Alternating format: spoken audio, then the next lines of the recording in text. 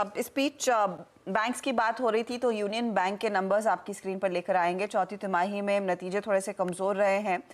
कारोबारी मुनाफे पर थोड़ा सा दबाव रहा है। ऑपरेटिंग प्रॉफिट 4% से ज़्यादा की कमी दिखा रहा है। अगर आप एनपीए देखें, स्लिपेजेस में इनफैक्ट 24% का इजाफा देखने को मिल रहा है। एसेट क्वालिटी में थोड़ी सी इम्प्रूवमेंट ज़रूर नज़र आई है, लेकिन ये स्लिपेजेस बढ़ने की वजह क्या है और क्या यही इनफैक्ट फियर फैक्टर है? इस समय हमारे साथ बैंक के ईडी नितेश रंजन जुड़ गए। नितेश जी, स्वागत है आपका। जो वरी फैक्टर है उसी से शुरुआत करूंगी सर। स्लिपेज करीब करीब 24% बढ़कर आया इस तिमाही में। किन अकाउंट्स की तरफ से दिक्कत आई है, अगर उसका कुछ उल्लेख कर पाए? नमस्कार। सबसे पहले तो मैं आपको ये बताना चाहूंगा कि इस साल के आखिरी तिमाही में यूनियन बैंक ने बहुत अच्छा प्रदर्शन किया है। अगर आप हमारे बैलेंस शीट या प्रॉफिटेबिलिटी मैट्रिक्स को देखें तो हर पैरामीटर में हमने अपने गाइडेंस को पूरा किया है, उससे अधिक रहा है। रिटर्न ऑन एसेट्स भी हमारा 1% से ज्यादा रहा है। अगर जहां तक स्लीपेज की बात है, आखिरी तिमाही में स्लीपेज थोड़ा सा पिछले तिमाहियों के हिसाब से ज्यादा रहा है, और ये खासकर एग्रीकल्चर और एमएसएमई सेगमेंट में रहा है। बट हम कोई ऐसा अलर्ट नहीं देख रहे। ये नॉर्मल है, कोई स्पेसिफिक सेगमेंट या कोई स्पेसिफिक ज्योग्राफी नहीं है जहां से हमको कुछ ज्यादा पेन देखने को मिले। और इसके साथ जो हमारी स्ट्रेस असेट है, अगर हम देखें तो उसमें भी काफी मतलब एक एवरेज 3.5% ऑफ टोटल एडवांसेस इसी लेवल पे हमारा स्टेबल है। तो कोई कंसर्न नहीं एसेट क्वालिटी में। अगर हम हमारा ग्रॉस एनपीए देखें, नेट एनपीए देखें, इट्स ऑल टाइम लो पे हमारा 1% पे हमारा नेट एनपीए रेशियो हो गया है। पीसीआर 93% है, काफी स्ट्रॉन्ग बैलेंस शीट है।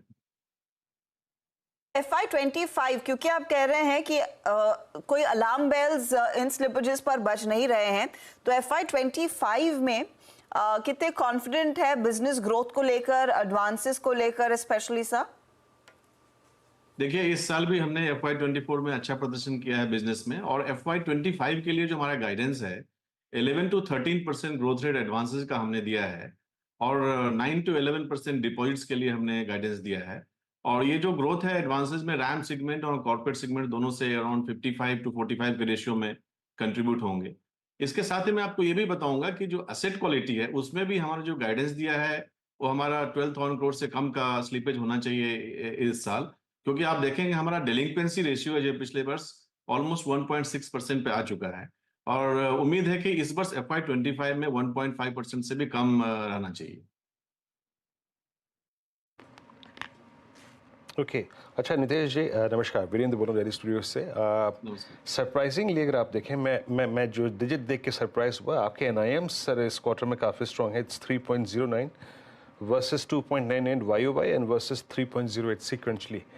और इस बात के बावजूद कि आपका कासा रेशो जो है वो अप्रॉक्सीमेटली 15 क्वार्टर्स के लो पर है, तो ये पॉसिबल कैसे हुआ? और ये जो FY25 है सर, उसके लिए आपका एनआईएम्स का आउटलुक क्या है, considering all cost pressures, cost of fund?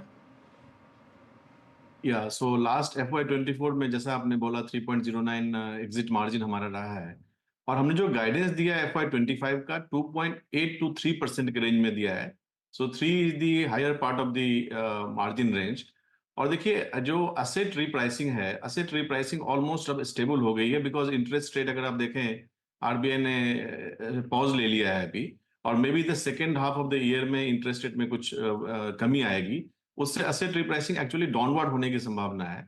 लेकिन अगर आप लाइबिलिटी रिप्राइसिंग देखें तो पिछले वर्ष करीब सेकेंड हाफ में अगस्त सितंबर से डिपॉजिट रिप्राइसिंग स्टार्ट हुई थी, जिसका कि इम्पैक्ट इस वर्ष हमको ऑलरेडी आया FY25 में। लेकिन उस रिप्राइसिंग का फुल ईयर इम्पैक्ट जो है इस FY25 में आने वाला है, इसलिए हमने अपना गाइडेंस को थोड़ा सा FY24 के नंबर से थोड़ा कम रखा है। लेकिन हम श्योर हैं कि 3% से अधिक का मार्जिन इस वर्ष भी हम रिपोर्ट कर पाएंगे। ओके सर, लिक्विडिटी की परिस्थिति कैसी है? और क्योंकि बीते 2 क्वार्टर्स में डिपॉजिट्स को लेकर चैलेंज रहा, बैंकों के आप बीच में काफ़ी प्रतिस्पर्धा रही, तो आप एक तो लिक्विडिटी की स्थिति कैसी देख रहे हैं, और डिपॉजिट रेट्स जो बढ़ रहे थे वहाँ स्थिति क्या है इस वक्त? आउटलुक क्या है आपका डिपॉजिट ग्रोथ को लेकर? मैं कहूंगा कि डिपॉजिट जो अभी लिक्विडिटी है सिस्टम में थोड़ी सी मॉडरेट है। बहुत सरप्लस भी नहीं है और डेफिसिट भी नहीं है, हालांकि डिफरेंट फेजेस हमने देखे हैं पिछले 6 महीने में। जहां तक यूनियन बैंक की बात है, अगर आप देखें तो हम 72-73% डोमेस्टिक सीडी रेशियो पे ऑपरेट कर रहे हैं।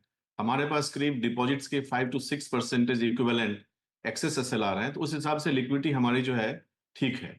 लेकिन डिपॉजिट मार्केट को अगर देखें तो चूंकि लोन ग्रोथ भी हो रहा है, देन हर एक बैंक जो है डिपॉजिट के पीछे है, तो मुझे लगता है कि अभी का जो डिपॉजिट रेट है अभी इसी स्तर पे कुछ और महीने, कुछ और क्वार्टर्स रहेगा। रंजन साहब, एक चीज, ये जो आरबीआई ने डिस्कशन पेपर वो प्रोजेक्ट फाइनेंसिंग पर फ्लोट किया है, उसका क्या इम्पैक्ट रहेगा? कितने corporate loans primarily project financing वाले लोन्स है यूनियन बैंक के लिए?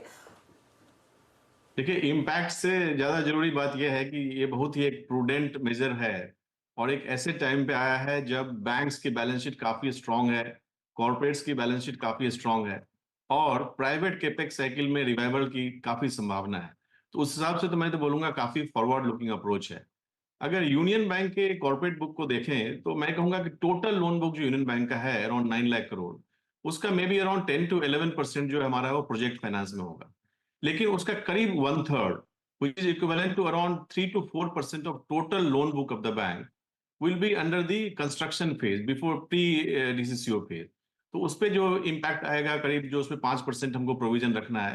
बट अच्छी बात ये भी है कि एक लेयर्ड प्रोविजनिंग नॉर्म दिया है आरबीआई ने और जो एग्जिस्टिंग अकाउंट्स हैं उसके लिए स्टैगर्ड अप्रोच दिया है, 3 साल में उसको करना है।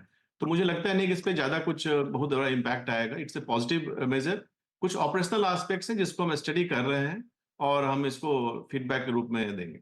बहुत बहुत शुक्रिया रंजन साहब हमारे लिए समय निकालने के लिए, and good luck for FY25। इस बीच बाजार